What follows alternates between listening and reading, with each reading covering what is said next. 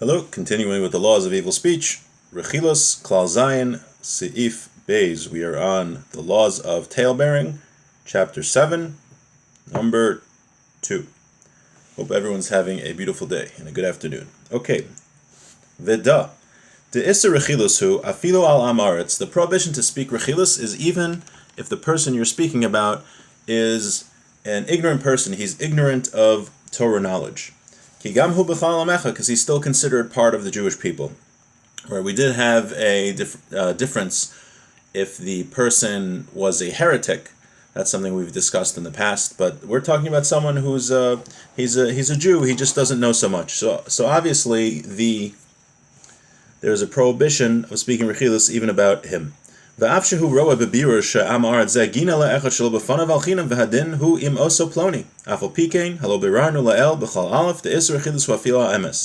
and even if the event which happened is that this ignorant person of Torah said something bad about somebody else, which he had no right to say, and you want to tell the person what this ignorant person said about him, even so, you're not allowed to share that information because Rechilus applies even if the information you're sharing is true. So even though that this ignorant person did something wrong by defaming somebody or saying something bad about somebody else, and he definitely shouldn't have done it, you're still not allowed to go and tell the person that he spoke about what he said. Then he says that to speak Rechilus about a Torah scholar is much more severe for many reasons. And now we're going to list 3 reasons why speaking Rechilus about a Torah scholar is even worse. Number 1, Matzad etzem harachilus, the halo pashut hu she'im berachilus shesipra chavera haisa tarova sheker, bevade on shochamer yoser meshe'im haya emes. We know that if the Rechilus you speak, we just mentioned that the Rechilus, if you speak it, if it's true, that's a prohibition. But it's all the more so, it's bad, it's worse if what you said is not true, if it's a lie. It's that much worse. But if we look in the topic we're talking about now, if we're talking about a Torah scholar here, the chances are the Rechilus you're speaking is going to be false. Why? A Torah scholar, the chances are he won't say something negative and won't denigrate somebody else if he's not allowed to because of Torah law. So here, what do we have here? You witnessed a Torah scholar, and it seems that he is saying something negative about somebody else, or he did something negative to somebody else. So you go and tell the person what this Torah scholar said or did. So that is automatically probably going to be false, because the Torah scholar probably did the right thing. He was allowed to say whatever he said, right? Sometimes we learned you are allowed to say negative things about people in various situations, so we should assume that the Torah scholar knows the laws and did the right thing. So now when you go over and tell this story to other people, you for sure are speaking falsehood.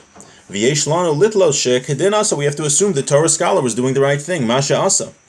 Al ken haholech u'mesaper alav davar zeh la'avlo hu rechilus shel sheker. So if you go and speak and say this Torah scholar did something negative, that would be false. That's one reason why it's worse to speak Rechilus about a Torah scholar, because the chances are that it's true.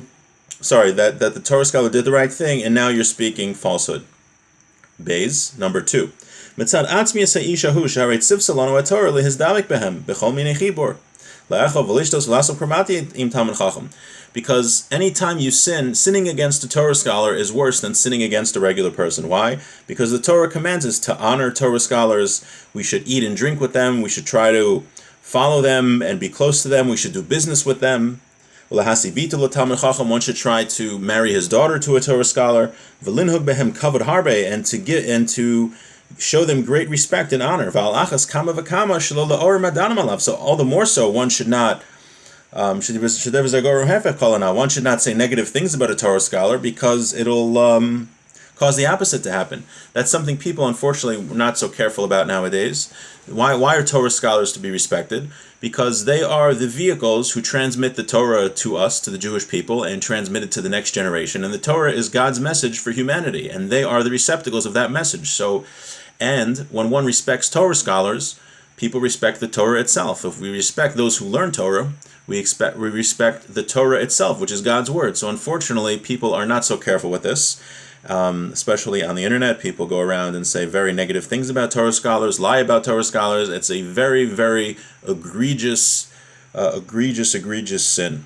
And we see here that the prohibition of Rechilus is worse when it's spoken about a Torah scholar because of who he is. Okay, now let's look at the third reason why speaking Rechilus about a Torah scholar is worse.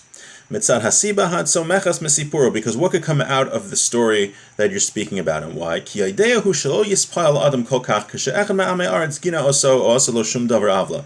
We know that if a person hears that someone was doing something negative to him, or gossiping about him, if the person who was speaking about him was an ignorant person, if he was like a bum, if he wasn't such an honorable person, most people don't care so much. Oh, this Nebushi guy was speaking negatively about me. All right, whatever. Aval imi saparlo echad shetalmid chacham gino so.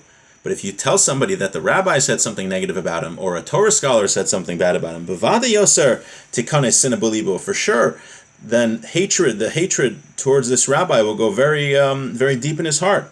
And he's going to cause fights because of this. Or if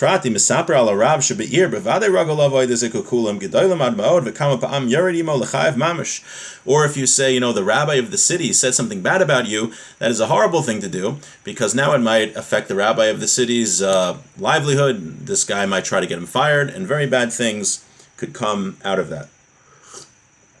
So we learned that while one is not allowed to speak Rechilus about an ignorant Jew, it is worse to speak Rechilus about a Torah scholar, and there are three reasons. One, probably because the Torah scholar did nothing wrong. Two, we're commanded to honor Torah scholars. And three, because the person who hears it is going to hate the Torah scholar more than had a regular person spoke Rechilus about him. Okay, so let's do Halacha Gimel.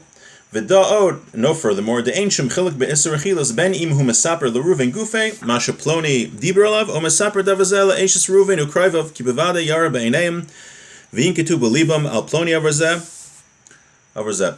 So Rechilus is, as we said many times, someone says something bad about Ruven, and you go tell Ruven, hey, so and so said something bad about you. But the Chavetz Chaim here says that it's even Rechilus if you tell Reuven's wife, hey, so-and-so was saying something bad about your husband, or so-and-so said something bad about your brother or your father.